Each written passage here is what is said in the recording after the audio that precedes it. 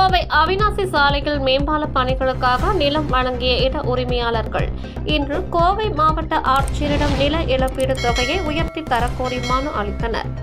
கோவை அவிநாசி சாலை மேம்பால பணிகள் துரிதமாக நடந்து வருகின்ற நிலையில் தற்போது தமிழ்நாடு நெடுஞ்சாலைகள் சட்டம் 2001 பிரிவு 15(2) கீழ் நில இழப்பிற்கான முதல் நிலை அறிவிப்பு நில உரிமைதாரர்களுக்கு இழப்பீட்டு தொகை வழங்கப்பட்டு வருகின்றது. அவிநாசி சாலையில் பள்ளிகள், கல்லூரிகள், மருத்துவமனைகள், நூற்பாலைகள், அலுவலக கட்டிடங்கள், கடைகள், ஹோட்டல்கள் மற்றும் போக்குவரத்து மிக அதிகம் உள்ள முக்கிய சாலையாகும். கோவையின் வளர்ச்சிக்கு முக்கிய பங்காற்றும் சாலையாகும். வளர்ந்து வரும் கோவையில் நில மதிப்பு உயர்ந்து கொண்டே செல்கிறது. கோவையின் மிக முக்கியமான அவிநாசி சாலையில் உள்ள தனியார் இடங்களை கையகப்படுத்தும் போது நிலம் எடுப்பிற்கு உள்ளாகும்.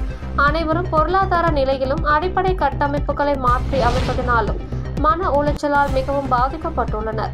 அவிநாசி சாலை நில உரிமையாளர்களுக்கு இழப்பீடு தொகையாக 2020 முதல் 2023 ஜனவரி வரை உள்ள அரசு நில மதிப்பில் சதுரடிக்கு மிகவும் குறைவாக 4300 மட்டும் வழங்கப்படும் என்று அறிவித்துள்ளார்கள். தற்போது அரசு நில மதிப்பு 2023 ஏப்ரல் முதல் மிகவும் அதிகமாக உயர்த்தப்பட்டுள்ளது மற்றும் மார்க்கெட் மதிப்பு மிகவும் உயர்ந்துள்ளது.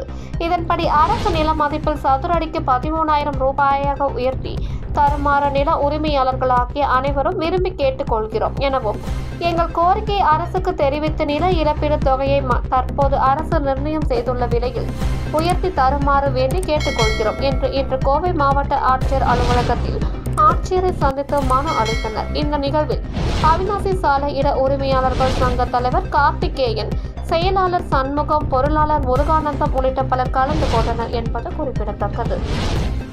என்னோட பேர் கார்த்திகேயன். அவிநாசி ரோடு நில உரிமையாளர் சங்க தலைவராக இருக்கிறேன்.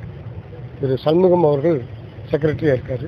இப்போ நாங்கள் வந்தது மாவட்ட ஆட்சியர் சந்திக்க வந்தது மேம்பால பணி எடுப்புக்காக எங்கள் இடங்களெல்லாம் எடுக்கிறாங்க.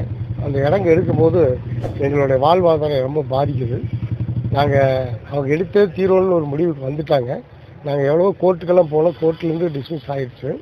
இருந்தாலும் இப்போ காம்பன்சேஷனால் அதிகமாக பண்ணி கொடுப்பாங்கன்னு எதிர்பார்த்தா